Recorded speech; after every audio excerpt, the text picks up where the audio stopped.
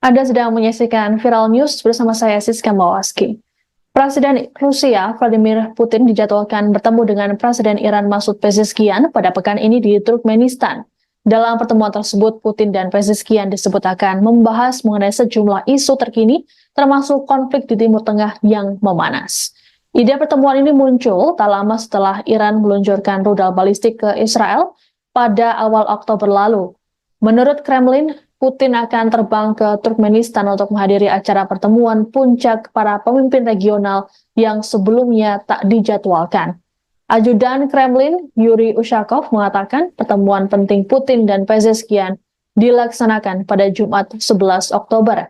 Selain itu, Putin dan Pezeshkian juga akan bertemu di sela pertemuan puncak kelompok ekonomi BRIC di Rusia pada 22 hingga 24 Oktober.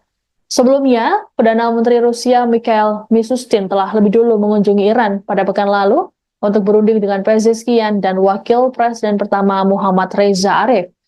Sebagaimana diketahui, Rusia memiliki hubungan dekat dengan Iran.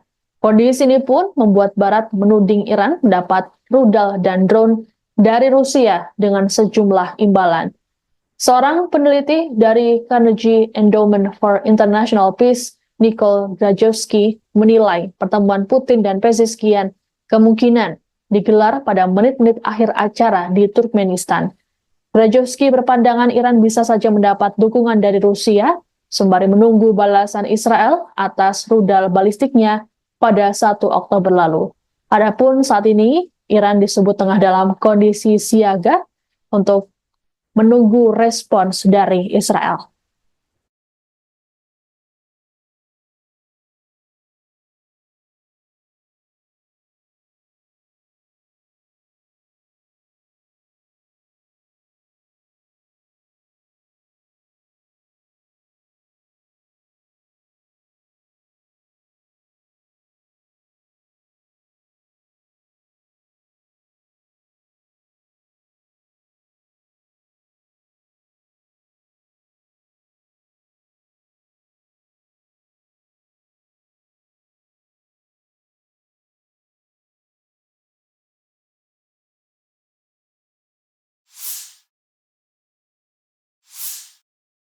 Pasukan Brigade Al-Quds Iran menepis isu yang menyebut komandan mereka, Jenderal Ismail Qaani, hilang selesai serangan udara Israel di Beirut pekan lalu. Melalui pernyataan yang disampaikan Wakil Komandan Brigade Al-Quds, Iraj Masyedi, pada Senin 7 Oktober, Qaani disebut dalam kondisi yang sehat dan bisa menjalankan aktivitasnya. Masyedi mengatakan ada beberapa pihak yang meminta mereka melakukan klarifikasi ini yang menurutnya tidak perlu. Meski menyebut Qaani dalam keadaan sehat, Masyedi dan Al-Quds tak memberitahukan keberadaan sang komandan kini. Dua sumber keamanan senior Iran yang enggan disebut namanya mengatakan Qaani tengah berada di pinggiran selatan Beirut, yakni Dahiyeh. Untuk diketahui, Qaani dilaporkan hilang saat tengah berkunjung ke Lebanon, tepat saat Israel melancarkan serangan untuk menargetkan pejabat senior Hizbullah, Hashim Safieddin. Sejumlah otoritas Iran dan Hizbullah melaporkan mereka tak dapat menghubungi Qaani semenjak serangan tersebut. Tak diketahui secara pasti terkait tujuan kedatangan Qaani ke Lebanon. Hilangnya Qaani memicu kepanikan dari para sekutu Al-Quds seperti Hamas, Houthi, hingga Hizbullah. Pasalnya, Qaani memegang sejumlah peranan penting, seperti mengkoordinir seluruh pasukan Al-Quds yang ada di Timur Tengah, serta di wilayah lain yang ada di seluruh dunia.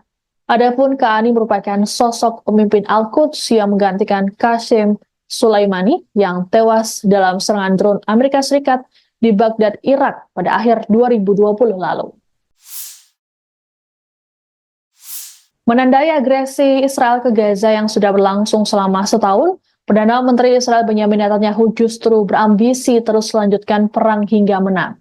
Melalui pernyataan pada Senin 7 Oktober, Netanyahu bahkan ingin menamai perang melawan di Gaza sebagai perang kebangkitan. Netanyahu pun disebut sudah memasukkan proposal untuk menamai ulang perang ini. Hal ini disampaikan Netanyahu dalam rapat kabinet khusus yang menandai 1 tahun peringatan serangan Hamas. Menurut Netanyahu, nama perang kebangkitan dipilih dengan dalih peristiwa 7 Oktober 2023 tak boleh terulang kembali. Adapun sebelumnya nama perang yang terjadi di Gaza dikenal dengan nama Pedang Baja. Dalam kesempatan yang sama, Netanyahu juga berjanji untuk membawa kembali semua sandera yang masih ditahan oleh Palestina di Gaza. Netanyahu juga optimis Israel akan meraih kemenangan dalam pertempuran di jalur Gaza dan Libanon. Tercatat hingga kini korban tewas di wilayah Gaza telah mencapai 42.000 orang. Jumlah itu termasuk anak-anak dan wanita. Sedangkan untuk wilayah Israel, Hamas telah menewaskan 1.200 orang dan sebanyak 250 orang disandra. Namun jumlah sandra mengalami penurunan karena kematian dan sebagian lagi sudah dibebaskan. Konflik Gaza ini memunculkan kekhawatiran mengenai meluasnya perang, mengingat proksi-proksi pendukung Hamas ikut menyerang Israel.